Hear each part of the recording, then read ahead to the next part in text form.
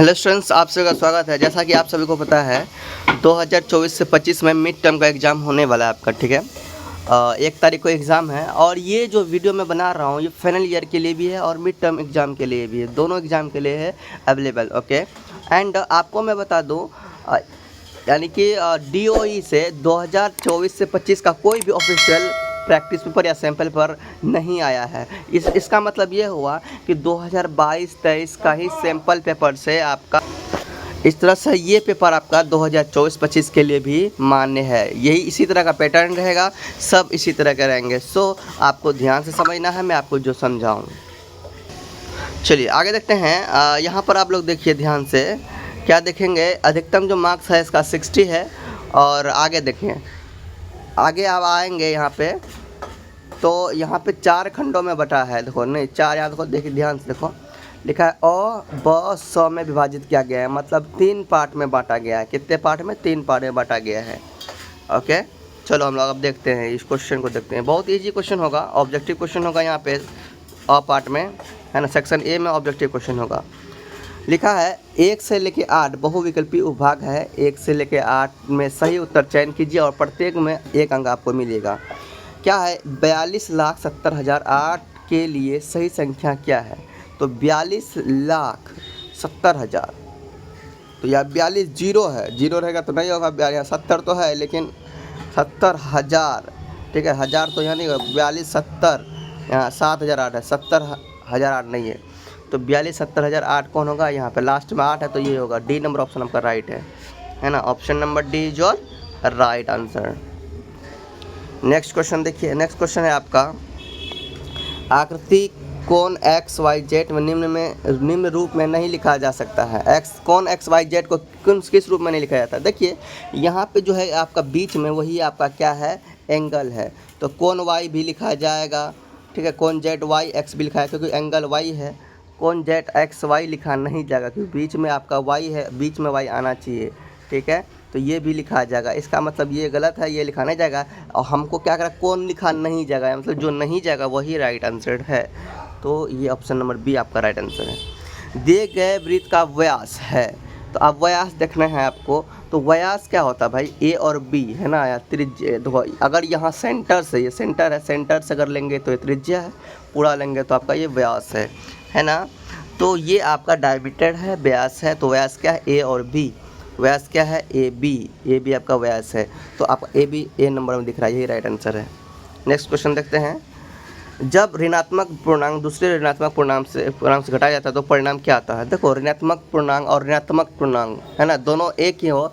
अगर घटाया जाए तो भाई वो तो जुड़े घटाया जाएगा, जुड़ेगा। देखोगे जैसे कि मान लो -4 है और इसमें से 5 को घटाएंगे तो -5 और 4 तो -9 होगा। तो चिन्ह क्या आएगा भाई? माइनस ही आएगा क्योंकि देखो माइनस माइनस जुड़ जाता है, ठीक है। और चिन्ह वही रहता है ऋणात्मक का। तो यहाँ पे आंसर क्या आएगा? सदैव ऋणात्मक। नेक्स्ट है आपका, देखिए, जब एक पूर्णांक स्वयं में जोड़ा जाता है तो योग पूर्णांक से बड़ा यह कथन सदैव सत्य होता है, कभी सत्य नहीं होता है। केवल तभी सत्य होता है जब पूर्णांक धनात्मक हो या गैर ऋणात्मक पूर्णांक के लिए सत्य होता है। क्वेश्चन एक बार फिर से पढ़ें। जब एक पूर्णांक स्वयं में जोड़ा जाता है तो योग पूर्णांक से बड़ा होता है। अच्छा, एक पूर्णांक स्वयं में जोड़ा जाता है तो योग से बड़ा होता है। ये लिखा है सदैव सत्य होता है, कभी सत्य नहीं होता है। केवल तभी सत्य होता है जब पूर्णांक धनात्मक हो या फिर गैर ऋणात्मक पूर्णांक के लिए सत्य होता है। देखो यहाँ पे क्या करा है? जब एक पूर्णांक स्वयं में जोड़ा जाता है, खुद में एक पूर्णांक जोड़ा जाता है, योग पूर्णांक क्या होता है? तो सदैव सत्य होगा, ठीक है। तो ये आपका राइट आंसर है। नेक्स्ट क्वेश्चन है,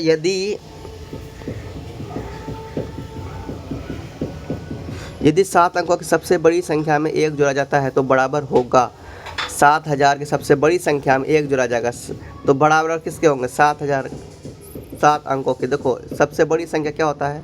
9 9 9 9 9 9 1 2 3 4 5 6 9 और 1 9 7 9 और इसमें एक और मिला देंगे, है ना, 1 जोड़ा जाएगा तो देखो ये 10 बदल जाएगा, है ना, 10 हो जाएगा, ठीक है। अब ये जितना भी अंक उतना 0 दे देंगे, 1 2 3 4 5 6 7 अंक 7 जीरो, 5 4 5 6 और 7 है ना। 1 2 3 4 5 6 7 जीरो हो जाएगा, ठीक है। अब देखिए हम लोग इसको कर लेते हैं। क्याई दाही सैकड़ा हज़ार 10,000 लाख 10 लाख है ना, करोड़, 1 करोड़ में पहुंच गया। तो ऑप्शन में है आपका 1 करोड़, ये आपका राइट आंसर है, ठीक है। इसी तरह से आप करेंगे।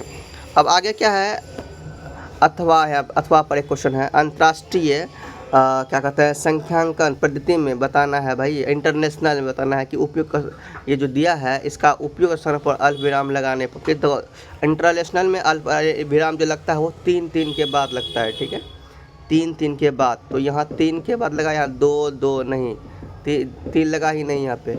यहाँ पर देखो डी नंबर आपका सही है, 3 पे लगा, फिर 3 पे लगा, फिर यहाँ पर 2 ही बचा है तो 2 पे लगा, ठीक है, ये आपका राइट है। तो इंटरनेशनल में 3 के बाद कोमा, फिर 3 के बाद कोमा, ठीक है, समझ में आ रहा है। चलो नेक्स्ट को ये सब देख लिया करो, आप लोग पढ़े भी होंगे। नेक्स्ट क्वेश्चन है -10 और -15 के बीच स्थित सबसे बड़ा पूर्णांक। तो -10 के बाद बड़ा पूर्णांक क्या होगा, अपन -15 से छोटा होना चाहिए, मतलब ये दोनों के बीच होना चाहिए, ठीक है। तो बड़ा पूर्णांक इन दोनों के बीच बड़ा पूर्णांक की बात किया जाए तो -11 ही होगा सबसे बड़ा पूर्णांक इन दोनों के बीच। -1 का पूर्ववर्ती मतलब पहले, तो -1 से पहले होता है 0, आपका ये आंसर हो जाएगा। फिर आप आगे बढ़ेंगे, दी गई आकृति में BC एक क्या है, BC रेखाखंड है या किरण है, क्या है। तो BC बताना है, तो B और C यहीं तक रहेगा, इससे आगे नहीं गया है। ये तीर जो दिख रहा है वो नहीं है, ये C तक है, यहाँ और यहाँ एक रेखाखंड है, क्या है, एक रेखाखंड। नेक्स्ट है, निम्नलिखित में से किस पूर्णांक युग में पहला पूर्णांक संख्या रेखा पर दूसरे पूर्णांकों के बाईं ओर होगा। दूसरे पहला क्या, फिर से क्वेश्चन पढ़ेगा, निम्नलिखित में से किस पूर्णांक युग में पहला पूर्णांक संख्या रेखा पर एक दूसरे से बाईं ओर होगा। अच्छा, यहाँ पे बताना है कौन एक दूसरे का बाईं ओर होगा।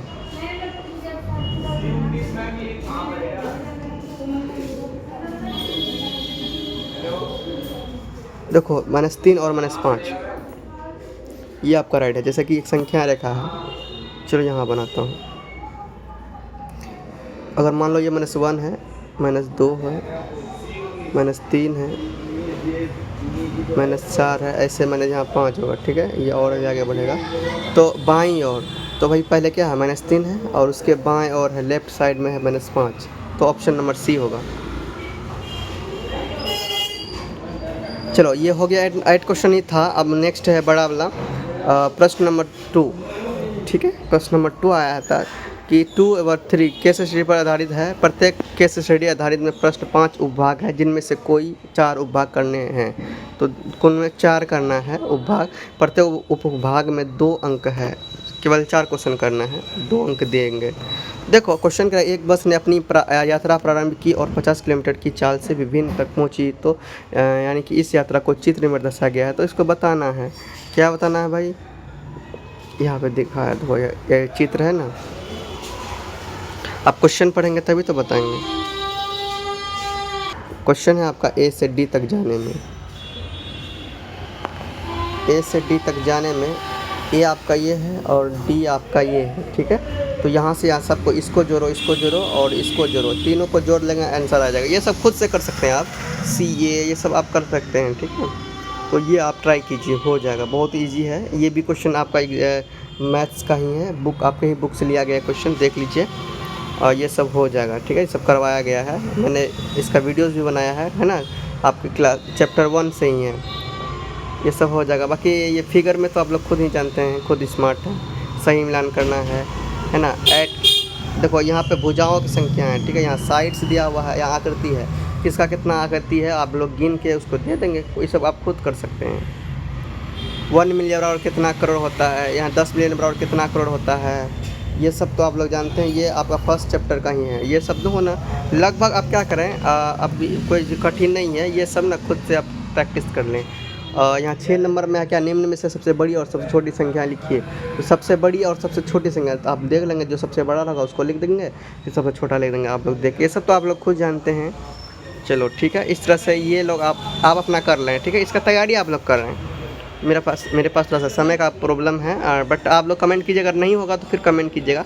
ये सभी क्वेश्चन आप लोगों को करना है, ठीक है। ये फाइनल एग्ज़ाम के लिए और मिड टर्म दोनों के लिए है ना, दोनों के लिए इम्पोर्टेंट क्वेश्चन है। देख लिए आप क्वेश्चन थोड़ा सा देख लेंगे। अगर क्वेश्चन का PDF चाहिए ये वाला तो आप कमेंट ज़रूर करेंगे, आपको PDF मिल जाएगा। ओके स्टूडेंट्स, इस वीडियो में हम लोग इतना ही रखते हैं। नेक्स्ट वीडियो में आगे बढ़ेंगे। जनरल प्लस स्टूडेंट्स, प्रेम से रहो, प्रेम से पढ़ो, प्रेम से बोलो।